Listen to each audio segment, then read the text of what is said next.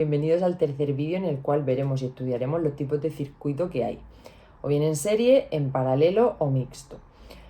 Nos vamos a centrar en las diferencias entre los circuitos en serie y los circuitos en paralelo. Bien, lo primero que se ha de hacer cuando estamos en un problema es identificar el tipo de circuito que tenemos, o bien en serie, o bien en paralelo, o bien mixto. Por tanto, vamos a ver las diferencias entre en serie y paralelo. De acuerdo. ¿Cómo identificamos qué tipo de circuito es? Pues muy sencillo, únicamente tenemos que fijarnos en cómo están dispuestos los elementos de ese circuito. Por ejemplo, en este circuito en serie vemos que hay tres elementos, tres bombillas, las cuales están conectadas unas seguidas de las otras, es decir, están inmediatamente, primero la primera, después la segunda y después la tercera, de manera que los electrones cuando salen del polo positivo pasan por las tres. En cambio, en este esquema que tenemos el circuito en paralelo, vemos que los elementos están dispuestos mediante ramificaciones. Fijaos que aquí los electrones llegan a un punto en el que se bifurcan en tres caminos. O bien pasan por arriba, por el camino de arriba, o bien por el de en medio, o bien por el de abajo. ¿Vale? Entonces, es muy importante la disposición de los elementos porque eso va a influir en las características del circuito. Por ejemplo, volviendo al esquema del circuito en serie, aquí si por ejemplo la primera bombilla se fundiese, digamos que es como si en ese punto del circuito hubiese un corte y entonces los electrones no podrían pasar a la segunda y la tercera bombilla, por lo que jamás funcionaría, ¿vale? En cambio, si estamos en el circuito en paralelo, si por ejemplo se funde la bombilla de en medio, no habría problema porque los electrones, ¿vale?, salen del polo positivo y se podrían ir o bien por el camino de arriba o bien por el camino de abajo, independientemente que la de en medio no funcione. Bien, veamos ahora las tres magnitudes eléctricas básicas que estuvimos viendo en los vídeos anteriores: intensidad, voltaje y resistencia, como son en cada uno de los dos tipos de circuitos. En primer lugar, nos fijaremos en el circuito en serie. Como vemos, I1 es igual a I2, que es igual a I3. ¿Qué quiere decir esto? Que la intensidad es la misma en cada punto del circuito. ¿Por qué? Por definición dijimos que la intensidad era la cantidad de cargas de electrones que circulan por unidad de tiempo.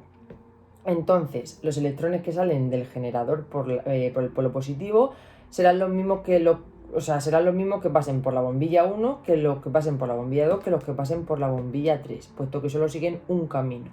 En cambio, en el circuito en paralelo, los electrones, la intensidad, I1 es distinta de I2 que es distinta de I3. ¿Por qué? Porque la intensidad es diferente en cada punto del circuito. Porque no todos los electrones que salen del generador pasan por cada bombilla, sino que se distribuyen uniformemente por cada una de las ramificaciones que existen. Bien, el voltaje. El voltaje en el circuito en serie no es el mismo, puesto que si sale un electrón lleno de energía, cuando llegue a la primera bombilla seguirá cargado de energía, pero una vez pase por la primera bombilla perderá parte de esa energía y así lo hará sucesivamente después de pasar por la segunda y la tercera bombilla. Entonces, cuando salga de la tercera bombilla, saldrá sin energía. En cambio, en el circuito en paralelo, la cantidad de electrones que salgan del generador saldrán cargados completamente de energía. Y antes de entrar por cada una de las bombillas seguirán cargados de energía, puesto que no han pasado por ningún otro elemento que les reste esa energía. Bien, por eso se dice que en paralelo V1 es igual a V2, que es igual a V3. De acuerdo. Por último, veamos la resistencia. La fórmula para calcular la resistencia total de un circuito en serie es resistencia total igual a R1 más R2 más R3, en este caso porque tenemos tres bombillas. Bien, como los electrones primero pasan, imaginaros, por una resistencia de 20, después por una de 30, después por una de 40, pues la resistencia total, como va una después de la otra, 20 más 30 más 40. Sin embargo, en el circuito en paralelo el concepto es más complicado y la fórmula cambia. La fórmula, como vemos aquí, es 1 partido de la resistencia total es igual a 1 partido de R1 más 1 partido de R2 más 1 partido de R3. Es decir, la resistencia no se pueden sumar las tres como hacíamos en serie porque los electrones no pasan por todas las bombillas, sino o bien pasan por la primera, o bien pasan por la segunda, o bien pasan por la tercera. Por eso es importante saber cada una de las fórmulas en cada caso y no confundirnos.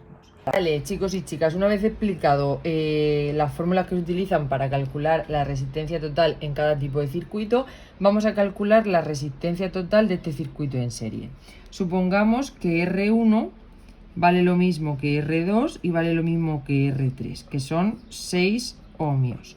Bien, pues aplicamos la fórmula de resistencia total del circuito en serie, que recordamos era resistencia total igual a R1 más R2 más R3. Es decir, la resistencia total es 6 más 6 más 6, 18. ¿Sí o no? Bien, vamos a calcular ahora la resistencia total de este circuito en paralelo. Tengamos en cuenta que, como antes, vale la resistencia cada una 6 ohmios. Entonces aplicamos la fórmula de cálculo de resistencia total para el circuito en paralelo. Recordamos que era 1 partido de RT es igual a 1 partido de R1 más 1 partido de R2 más 1 partido de R3. O sea, 1 partido de RT, resistencia total es 1 partido de 6, más 1 partido de 6, más 1 partido de 6. Tener en cuenta que aquí vais a tener que operar con fracciones. Esta en particular es muy sencilla, puesto que tiene el mismo denominador que 6.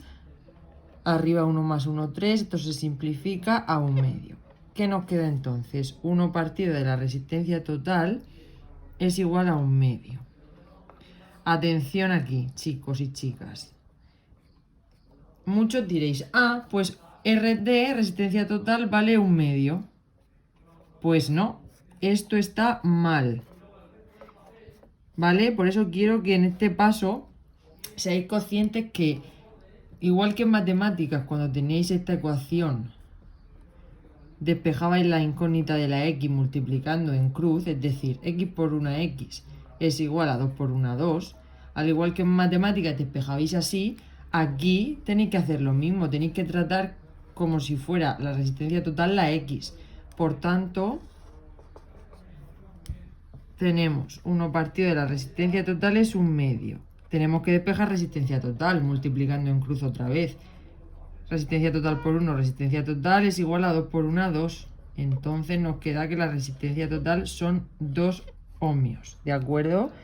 Aquí tenéis que tener mucho cuidado, ¿vale? ¿Qué ocurre? Normalmente la forma fácil de deciroslo es, vale, cuando lleguéis a este punto de aquí, simplemente es darle la vuelta al número que aparezca aquí. Pero para que sepáis que el razonamiento matemático por el cual se hace esto es este que acabamos de explicar, como si fuera una ecuación y despejar la incógnita, ¿de acuerdo?